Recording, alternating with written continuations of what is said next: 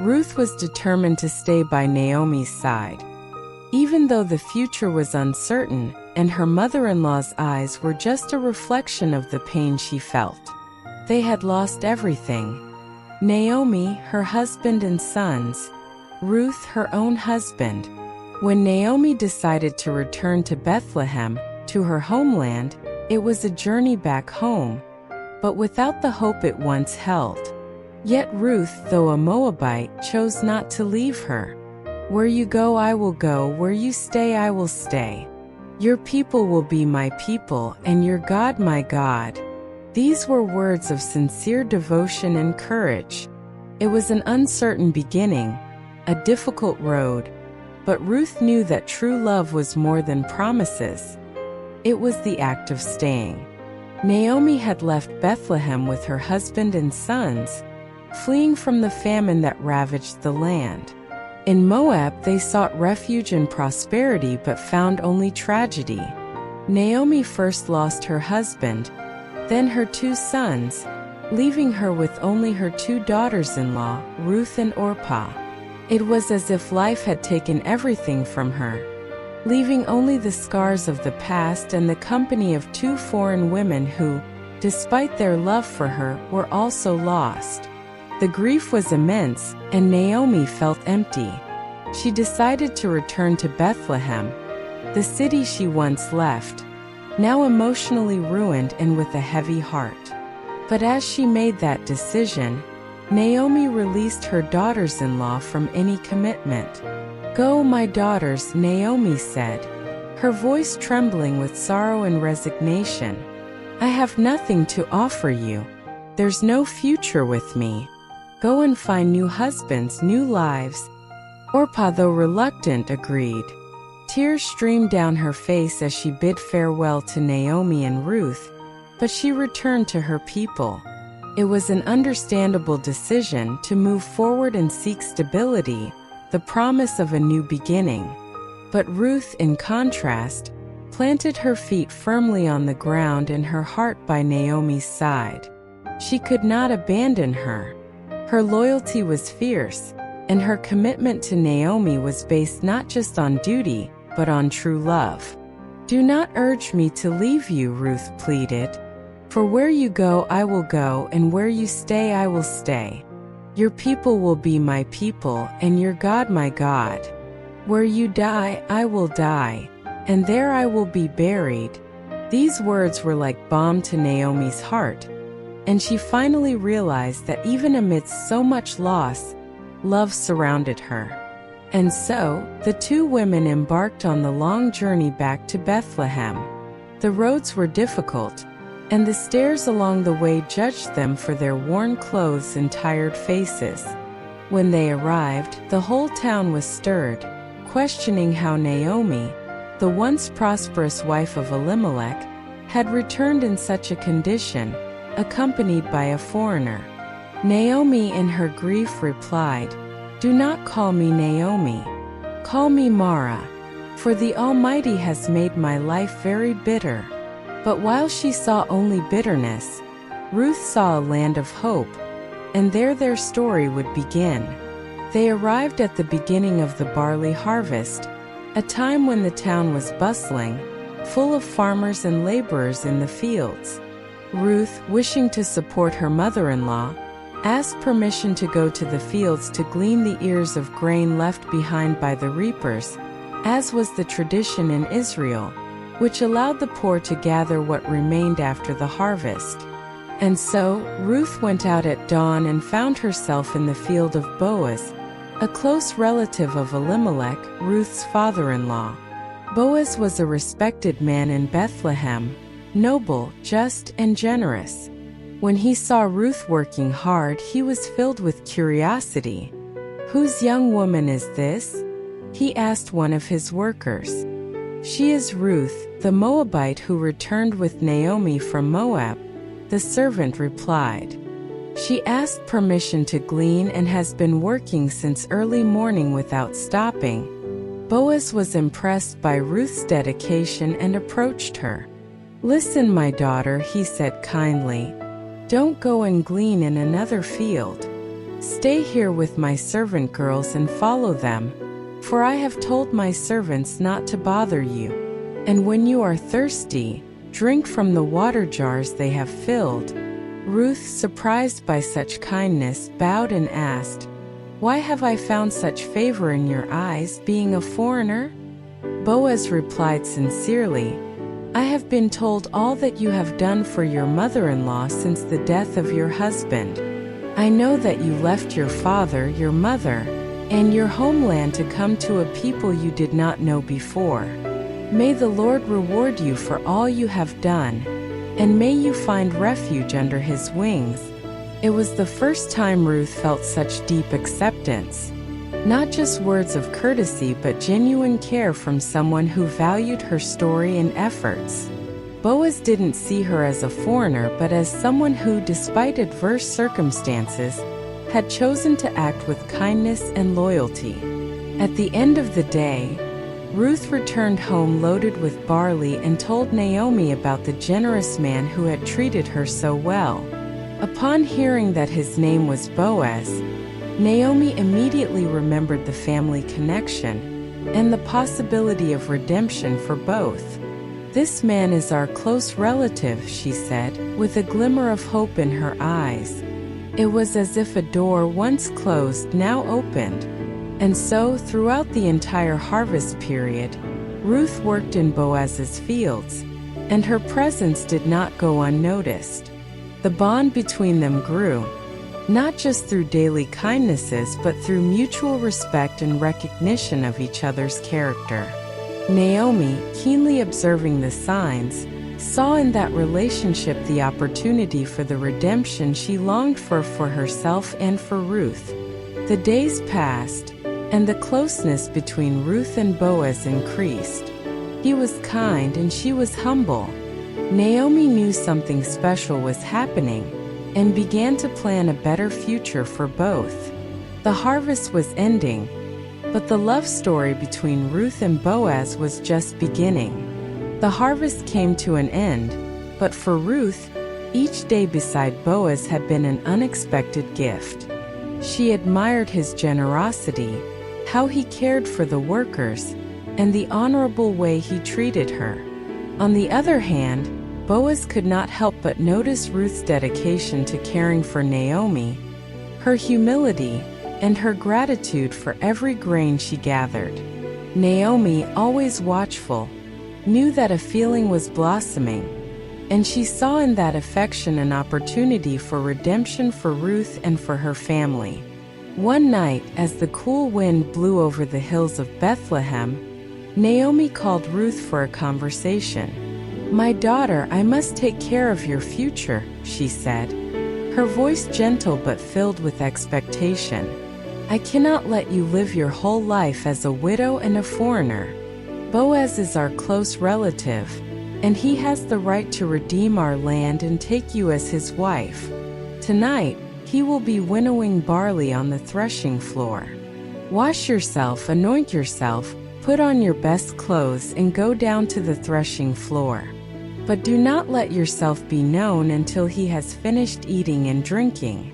When he lies down, observe where he rests, then go and uncover his feet and lie down there.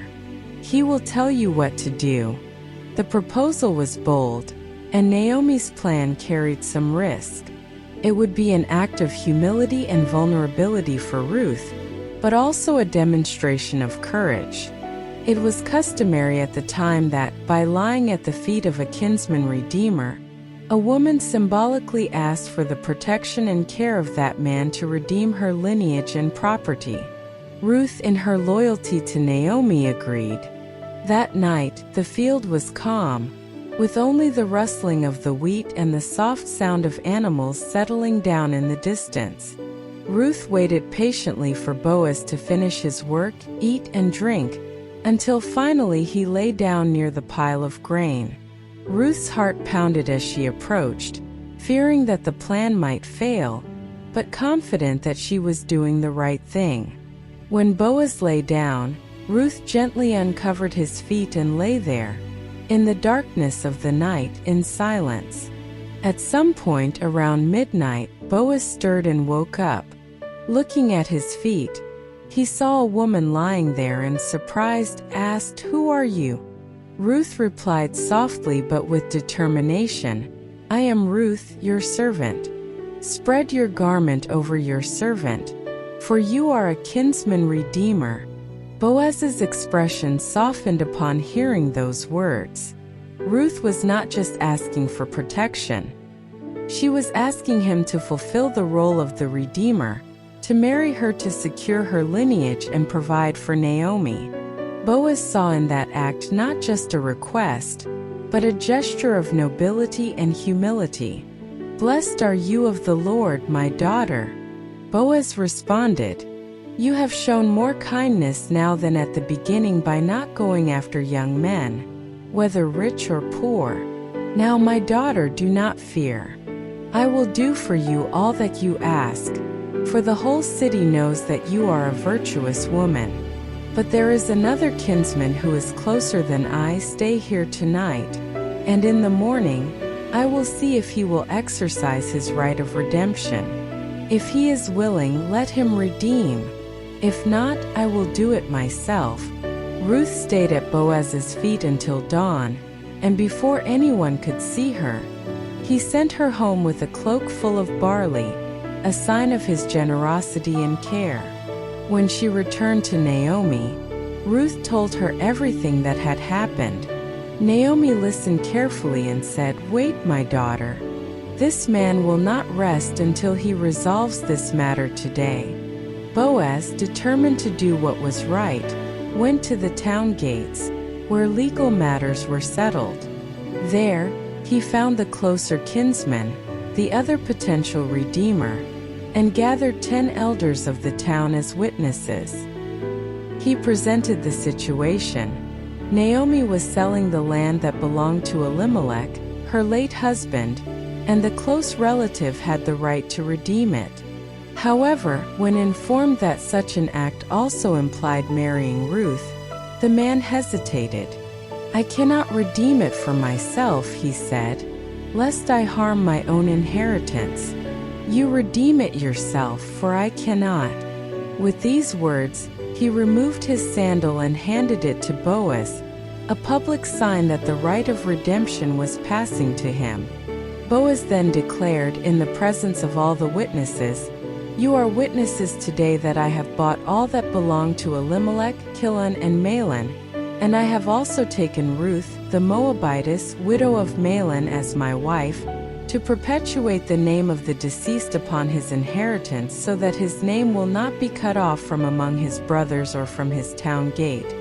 There was great excitement among the elders and the people at the gate. All celebrated and blessed Boaz. "May the Lord make this woman who is coming into your house like Rachel and Leah, who together built up the house of Israel. May you be prosperous in Ephrathah and famous in Bethlehem. And may your house be like the house of Perez, whom Tamar bore to Judah, by the offspring the Lord gives you by this young woman." From that day on, Ruth began to live alongside Boaz as his wife. His generosity turned into deep love, and the respect that Ruth had for Boaz became tender, true love. Naomi, in turn, felt her heart fill with joy as she witnessed the restoration of her family. The marriage of Ruth and Boaz was not just a union of two souls, but of hope and redemption for a family that had seemed lost. And the Lord blessed that union. Ruth conceived and gave birth to a son. The people of Bethlehem, seeing God's kindness and grace in the life of that family, said to Naomi, "Blessed be the Lord, who has not left you without a redeemer today. May his name be famous in Israel. He will renew your life and sustain you in your old age. For your daughter-in-law, who loves you and is better to you than 7 sons, has borne him." Naomi took the child in her arms and cared for him as her own. The women around her proclaimed, "A son has been born to Naomi," and they named the boy Obed. He would be the father of Jesse, who would be the father of David, the great king of Israel. And so, the love story of Ruth and Boaz became part of God's great plan for his people. A story of love, loyalty, and redemption that would echo through the generations, culminating in the lineage that would bring forth the Savior himself. The love that Ruth and Boaz shared was not just between them but a love that transcended their lives, touching the hearts around them and perpetuating a story that would become the foundation of hope for all humanity. The joy of Ruth and Boaz's marriage marked the beginning of a new chapter for Naomi's family. But the transition was not without challenges. Although the marriage between an Israelite and a Moabite was allowed, prejudices remained among families and within the town. Many saw Ruth as a foreigner, someone who, despite being welcomed by Boaz, would never truly be a daughter of Israel. The look of contempt weighed on her at times. It was as if, despite the respect she had earned, there was always a whispered reminder that she did not belong. But Ruth, in her humility, did not let such judgments affect her joy or her determination to care for her new family. In every aspect of Boaz's life, she dedicated herself with love and commitment, being a loyal wife and an attentive daughter-in-law to Naomi. She learned from the women of Bethlehem, respected their traditions, and sought to be an integral part of the community. And even when the looks of distrust or veiled comments surfaced, Ruth faced them with a discreet smile and the faith that she was exactly where she was meant to be. Boaz's love for Ruth grew each day.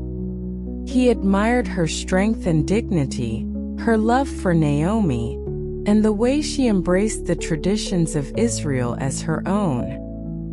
He did not see Ruth as a Moabite but as the woman who transformed his life. And Boaz, being an honorable and respected man, confronted any comments or attitudes that disparaged her. "This is my wife, a virtuous woman whom I have the honor to love and protect," he would say whenever necessary. Despite the respect Boaz commanded, there was one man, closer to Boaz, who harbored a deep resentment toward him.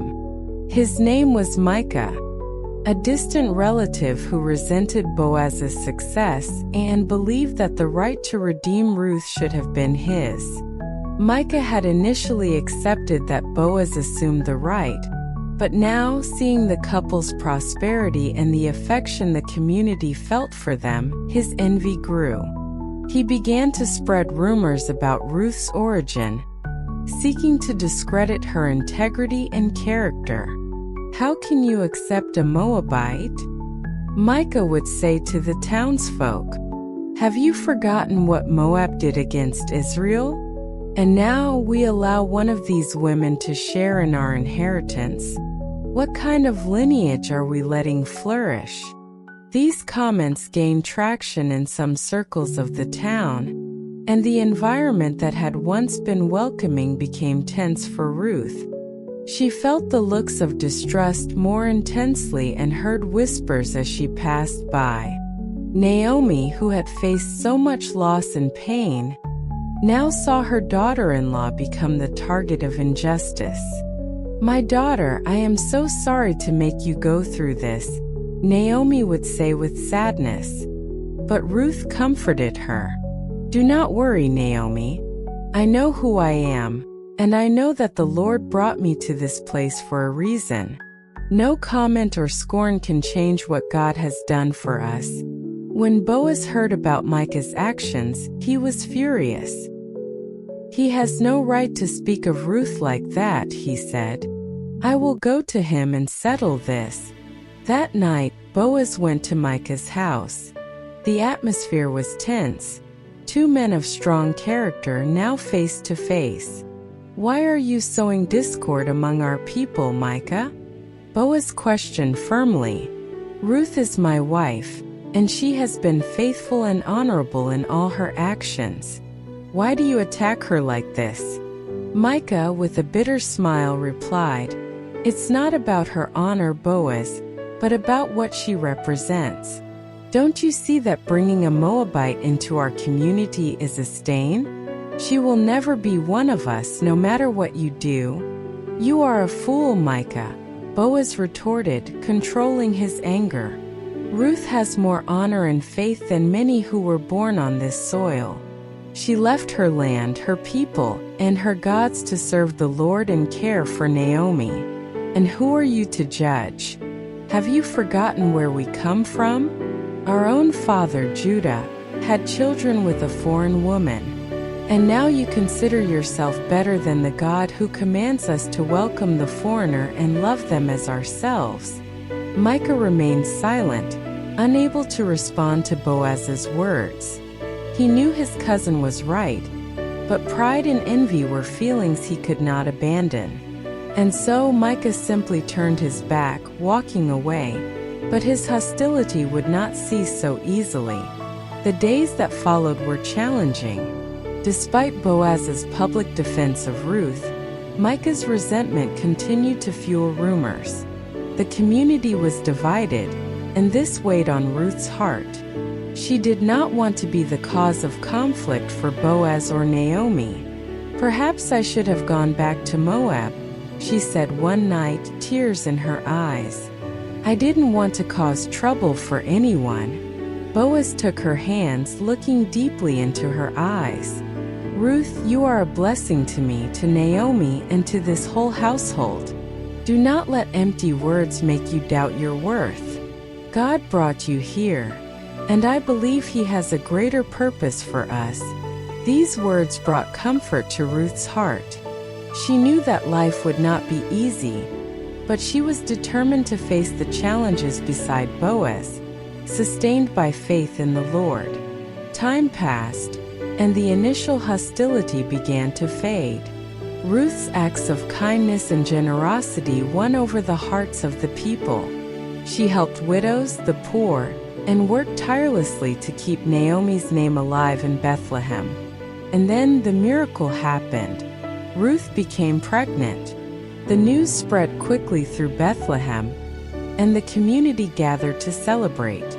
Ruth's womb was like a symbol of hope, and the promise of a new generation brought joy to all who once doubted her. Naomi, upon hearing the news, could not contain her tears. God took so much from me, but now He has given me more than I could have imagined, she said. When Ruth gave birth, the whole town gathered to celebrate the birth of Obed. Ruth and Boaz's son was a gift not only to them but to the whole community, which now saw how God had blessed that union. Naomi held the boy in her arms, and her joy was complete.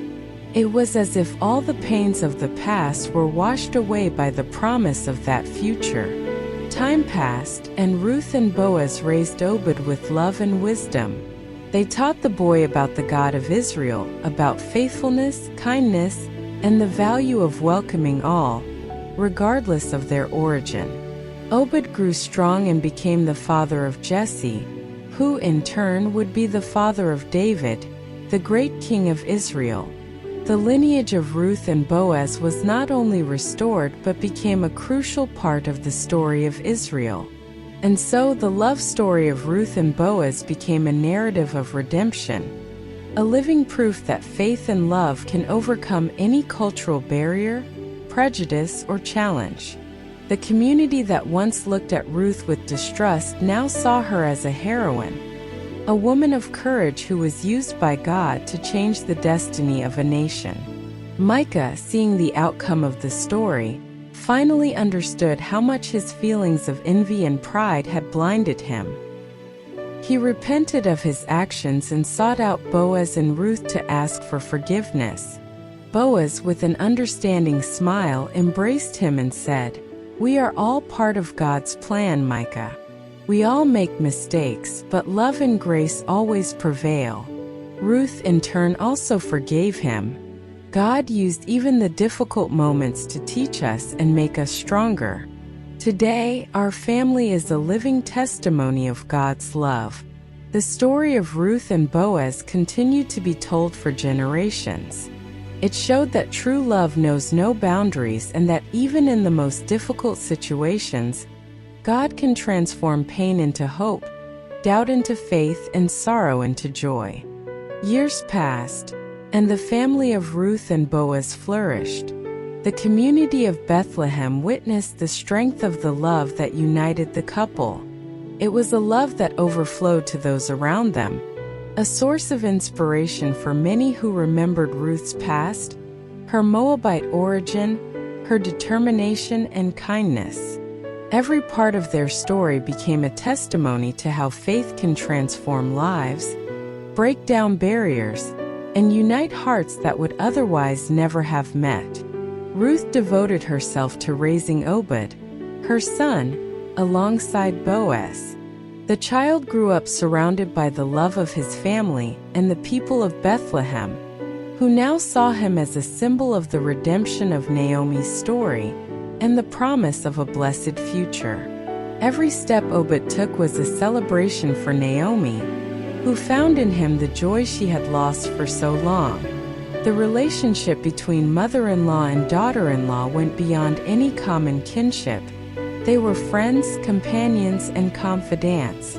And Naomi always took pride in Ruth, the one who came from foreign lands and brought hope to all around her. The stories of Naomi and Ruth began to circulate through Bethlehem, and the impact of their example spread among the people. Women who had lost everything found inspiration in Ruth's journey to continue. Young people who looked to an uncertain future saw in Boaz an example of integrity, and in Ruth the courage to defy expectations and keep faith, no matter the circumstances. Soon, their lives began to shape how the community treated foreigners, the needy, and the downtrodden. Boaz continued to be a pillar of honor and respect in Bethlehem, but now he shared his success with Ruth. Together, they began to plan ways to give back to the community that had cared for them, establishing a space where widows or women alone, as Ruth once was, could find support and sustenance. The idea was to welcome those who, like Ruth, came to the land of Israel without hope, without prospects, but with courage. They would be taught to work the harvest, would have food and shelter, and above all would have the opportunity to start over. Many in Bethlehem volunteered to help. Men and women who had seen what Ruth and Boaz did for Naomi were inspired to do the same for others. It started as a small initiative, but over the years became an integral part of the community, a place where those who needed a fresh start could be received with open arms. Ruth, as time went on, became a beloved figure in the town. Her advice was sought by young women who wished to learn about courage and faith. She spoke lovingly and wisely about her own challenges, but always emphasized that it was God's hand that guided her through each difficult moment. "It is never about where we come from," she would say, "but where God is leading us. If we remain faithful, we will see all things turn into blessings." Obed grew up strong and wise, nurtured by the love of his parents and the wisdom of his grandmother Naomi. He was taught about the laws of Israel, the value of justice, kindness, and faith, and most importantly, how God can do wonders with humble lives. As he played in the fields his mother had once gleaned in desperation, he heard the stories of his family, the sacrifice of Naomi, Ruth's journey, Boaz's firm character. Every piece of land seemed to carry a story, and Obed grew up knowing its value. Naomi, seeing her family's journey restored, felt her bitterness transformed into sweetness. She who once asked to be called Mara because she felt her life had become bitter, was now the Naomi everyone celebrated. A blessed woman who found joy in the arms of a grandson who promised a bright future. Over the years, Naomi became a loving and wise grandmother who shared with all around her how great God's faithfulness is. Over time, the support initiative created by Boaz and Ruth grew and spread to neighboring towns. Bethlehem became known not only as a town of farmers and fertile fields, but as a place of compassion and welcome. Ruth and Boaz's example led many to question their own prejudices, to open their hearts to strangers and those in need, making Israel a land where God's love could be seen through every act of kindness.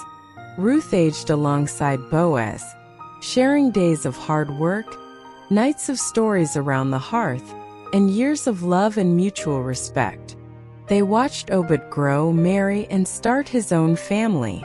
Their eyes shone with pride when they saw their grandson Jesse born. And so, the lineage of Ruth and Boaz was consolidated, growing not only in number but in honor and devotion to the Lord. The love story they began, so improbable, crossed the years and was passed down from generation to generation. And one day, from that same lineage would come David, the great king of Israel, a man after God's own heart, whose story would forever change the course of Israel's people. Little could they imagine that centuries later, from their lineage would come the one who would be the Redeemer of the world, Jesus, the Messiah. Ruth and Boaz did not live to see all these promises fulfilled, but their faith and love planted seeds that would blossom in due time. They knew how to live in the present with dedication and trust, certain that the Lord would take care of the future. Their lives were like an echo of hope, reminding everyone that God does not despise those who draw near to Him, that He welcomes the foreigner, redeems the brokenhearted, and restores what has been lost. The legacy of Ruth is that of a woman who refused to be defined by her past or her origin but found in love, loyalty, and faith a new identity. And the legacy of Boaz is that of a just and kind man who saw beyond appearances and chose to love with courage and protect with integrity. Together, they showed that true love can overcome cultural barriers, restore broken families, and give rise to something far greater than they themselves could have imagined. And so, the end of the story of Ruth and Boaz is not really an end but a beginning, the beginning of a lineage that would transform the world. Their testimony continues to inspire all who know it, challenging hearts to love without reservation, and to trust in the God who writes amazing stories with ordinary people. May we be like Ruth, with the courage to move forward even when the path is difficult. May we be like Boaz, who protects and loves with integrity. And may we, like Naomi, see that even in loss, there is a God who works to transform our lives and guide us toward redemption and eternal joy.